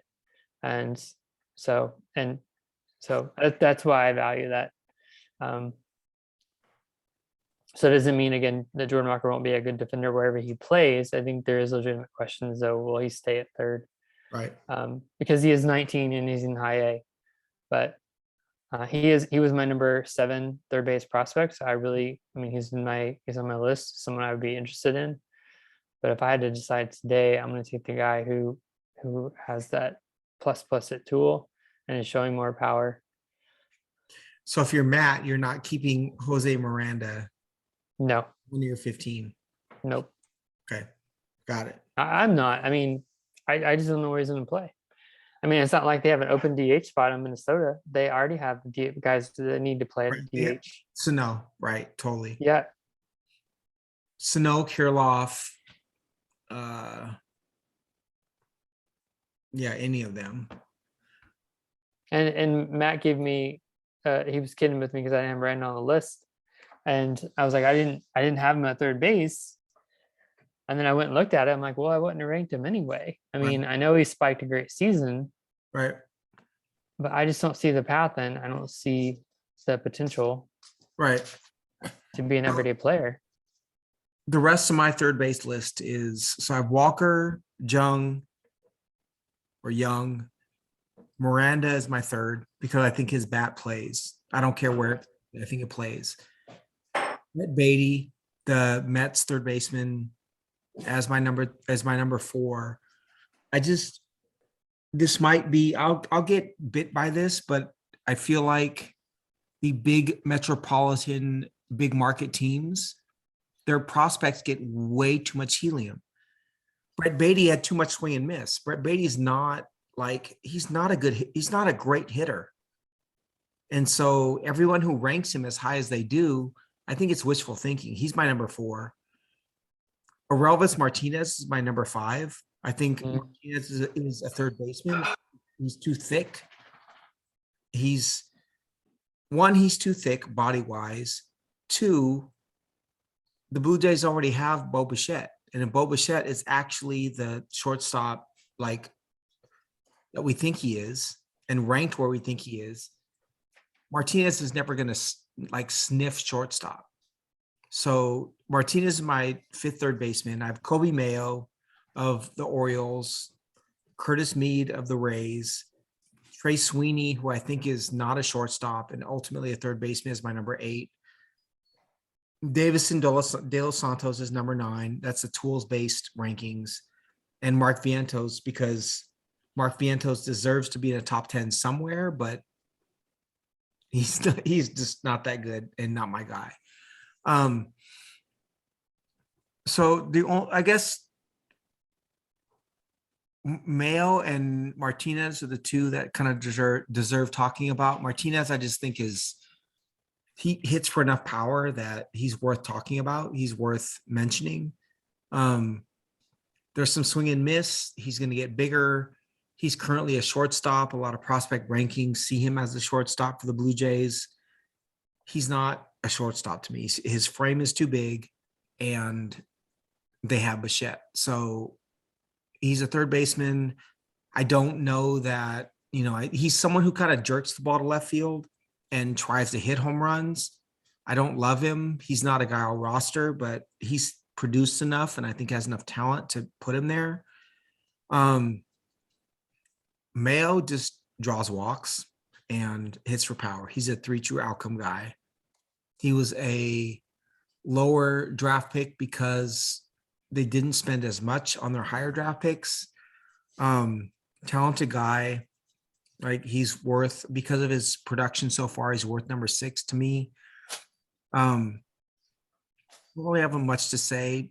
De Los Santos is a tools guy.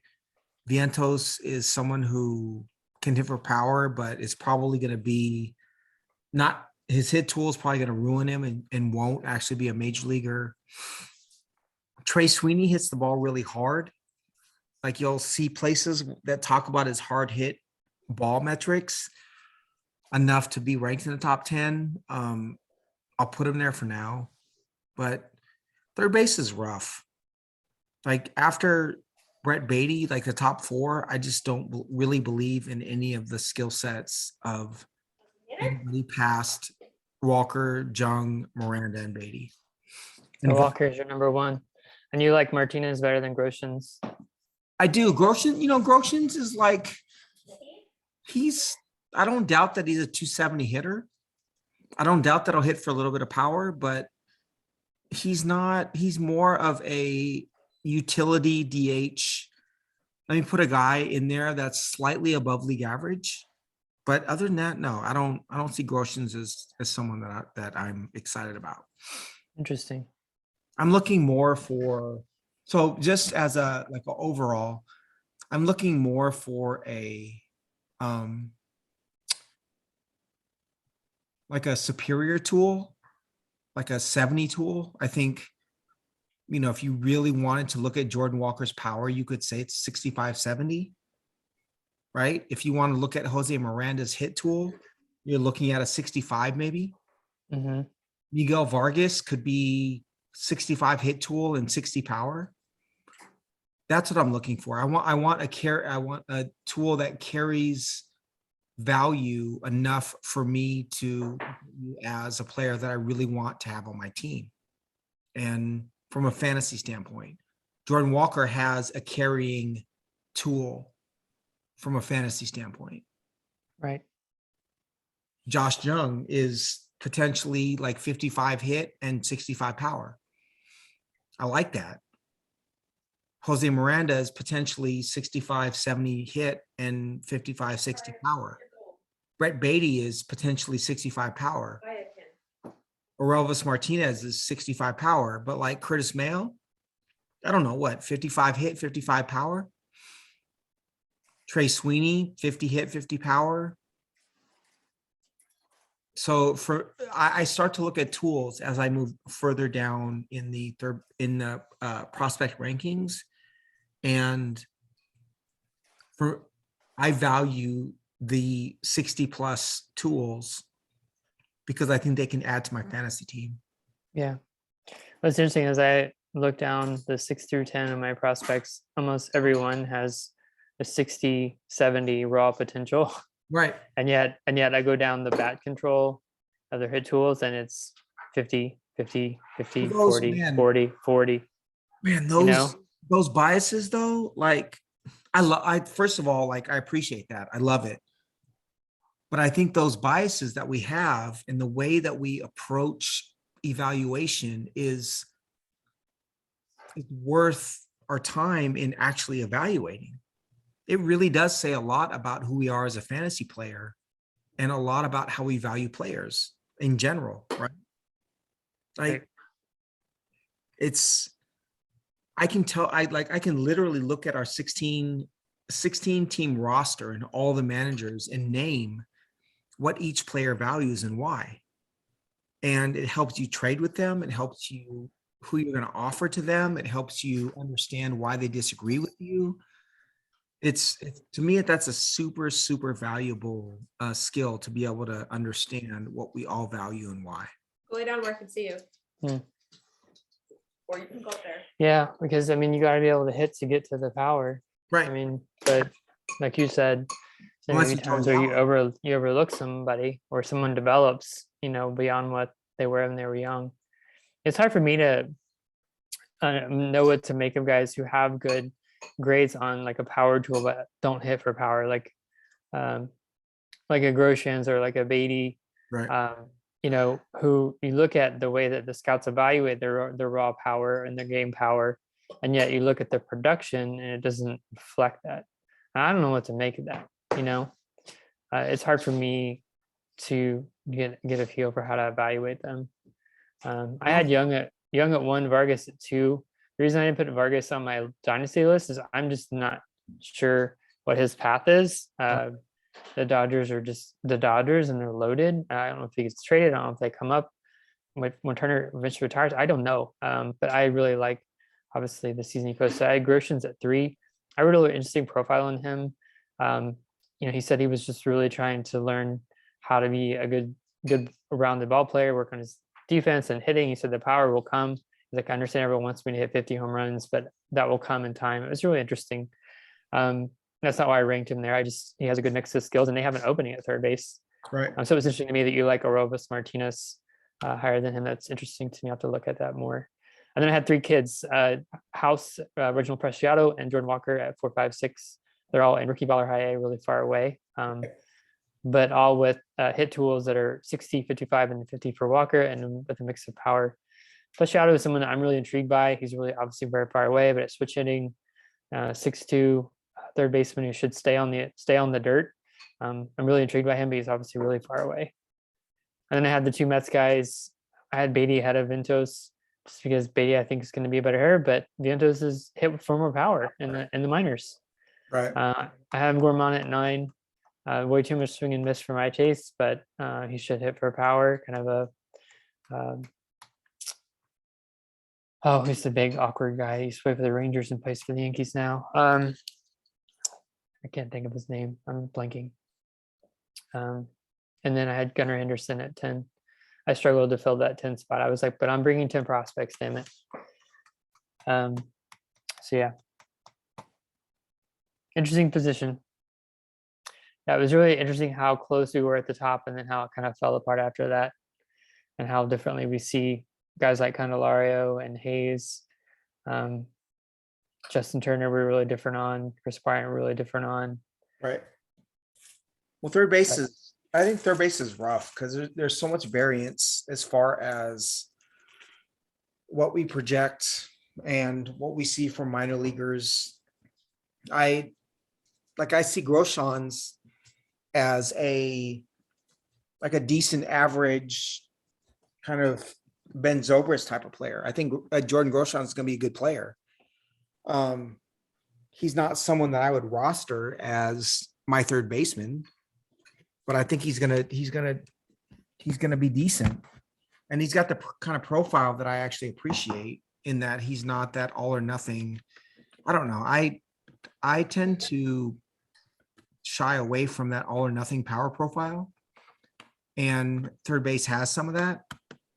I'm understanding Jordan Walker, where I rated him, has quite a bit of like all or nothing power. Just go get one of the top 4, one of the top 5, and not worry too much about what's next. Like, you got at least you have 4 years before you actually have to worry about what's coming. I also think, as a projection, I think some of the shortstops that we'll talk about next week as great young players are going to actually, they're going to actually become third baseman over time. I think their body type is going to push them to be third baseman as opposed to shortstops. Yeah, a lot of guys will move off. So that brings us to our open forum segment, which allows us to ask each other questions, kind of random questions about anything we want. Aaron, do you have a burning open forum question for me? I don't have a burning open question for him. I do have a question for you, but I had it. Nothing like came to mind right away of like, this is what I want to ask. Do you? I do. I have 2, in fact. 2. Damn.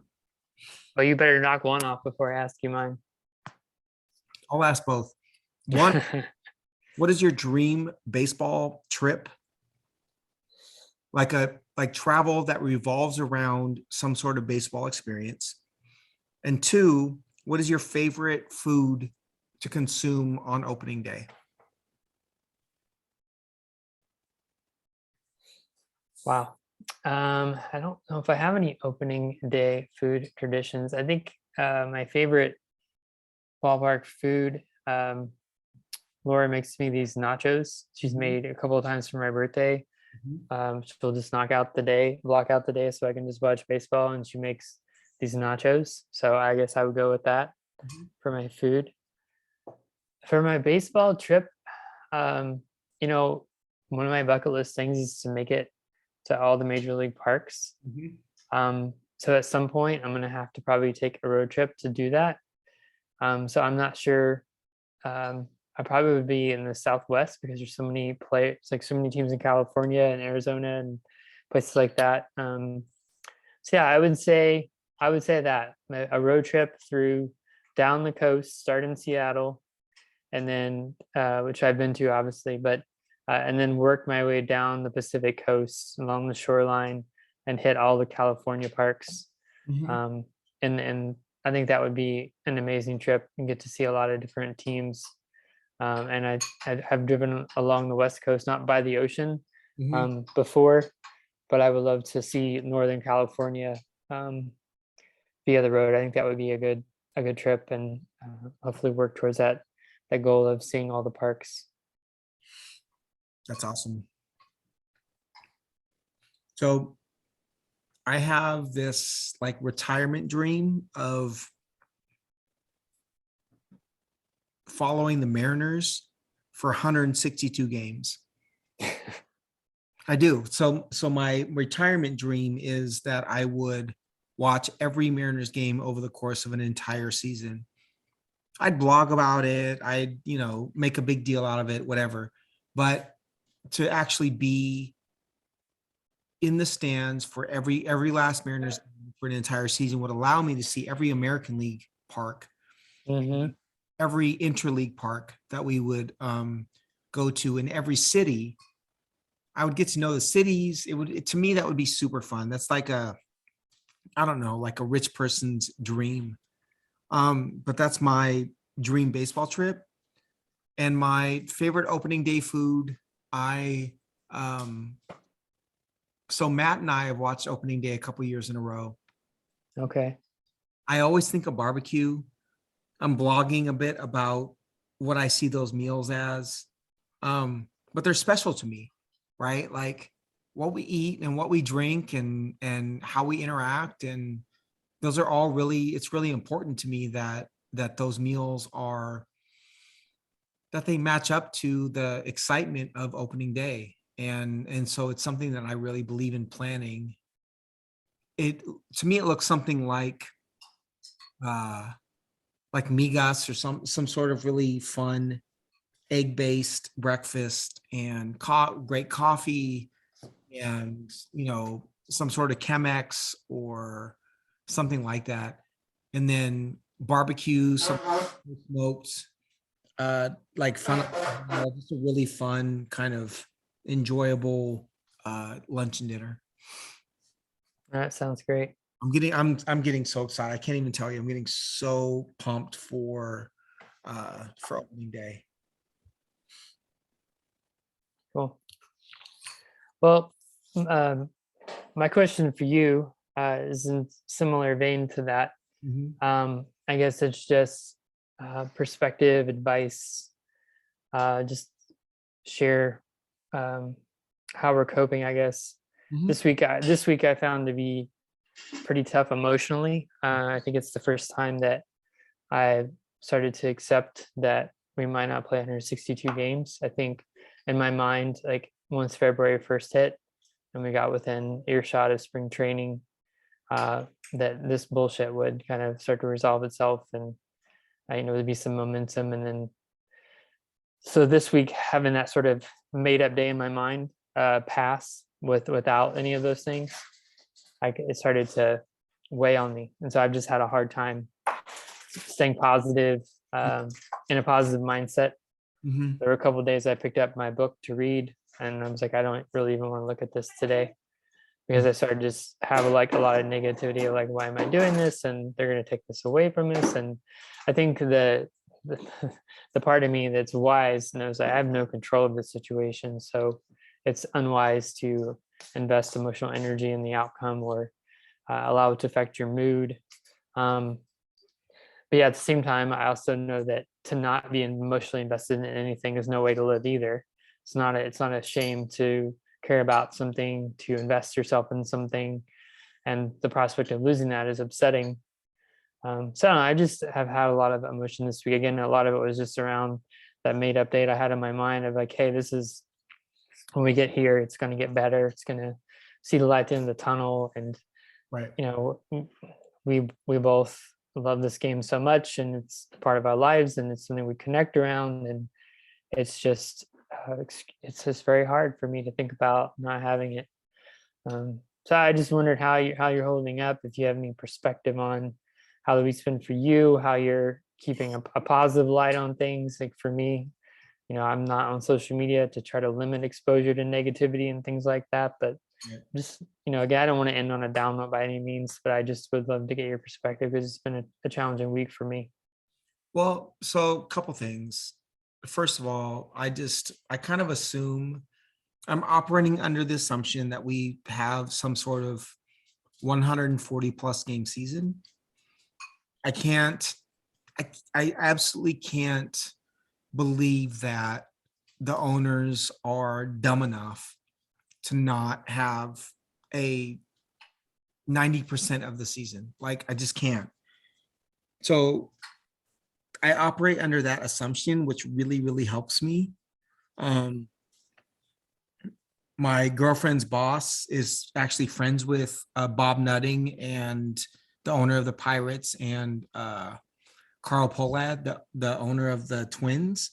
Mm. And I had a conversation with him over a holiday party about, not about those guys, but just about business in general. And I can't say that it gives me hope, but at least I feel a little bit more connected to what's going on. So one is kind of the blind hope that they can't be that stupid, right? To alienate even more people. The other one is interesting because that you asked that, because I thought about this a lot. Even if there is no like full season, baseball gives us so much opportunity to think about numbers and to process statistics.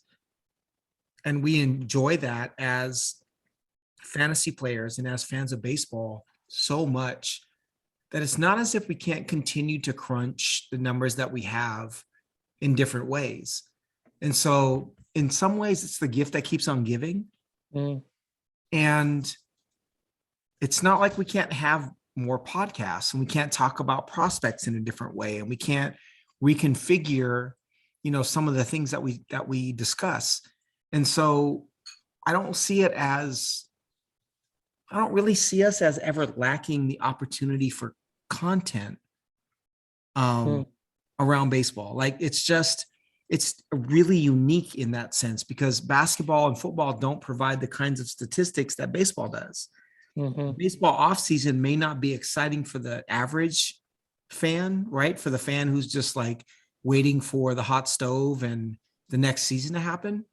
But for the numbers dork, for the fan that likes to dig into every little predictive stat, baseball just keeps giving.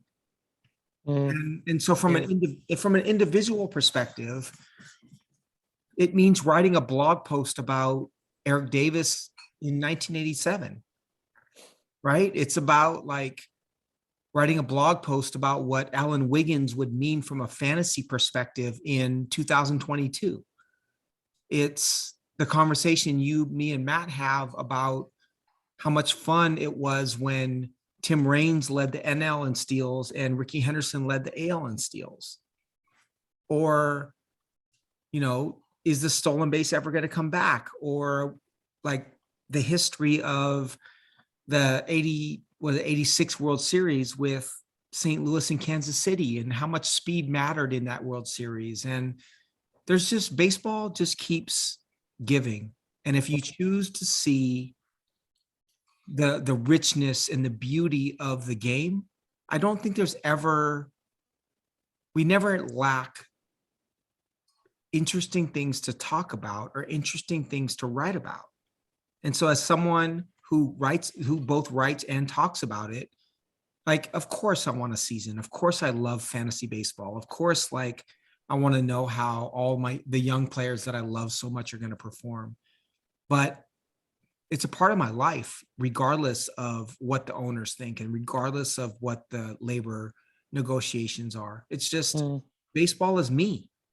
Anybody who knows me knows that baseball is a really, really important part of my fabric. It's a really important part of, if you want to understand who I am, you've got to think about baseball to a certain extent. So yes, to answer your question, like 100%, I want baseball to come back. 100%, I want a fantasy season. 100%, I think that the owners are assholes. But I love baseball. I love the history of it. I love the numeric, kind of predictable aspect of it. And if we have to start predicting what 2023 looks like because there is no 2022 season, then so be it. Like, I'm still going to enjoy that. And I'm not going to be angry about the fact that things are different, or that it's not what we want it to be. It's my game, Yeah. So, Great perspective.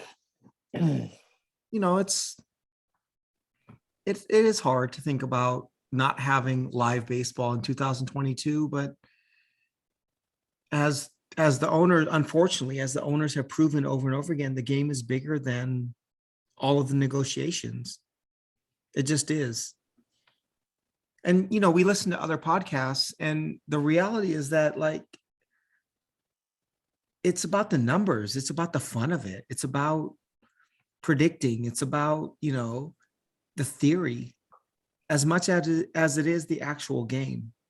And that's why I think that it's important to acknowledge and recognize that um that it'll continue to be about that, even if we don't have live games when we want them. Yeah. If it does come to that, I think I'm going to spend a lot of time reading about history and things like that.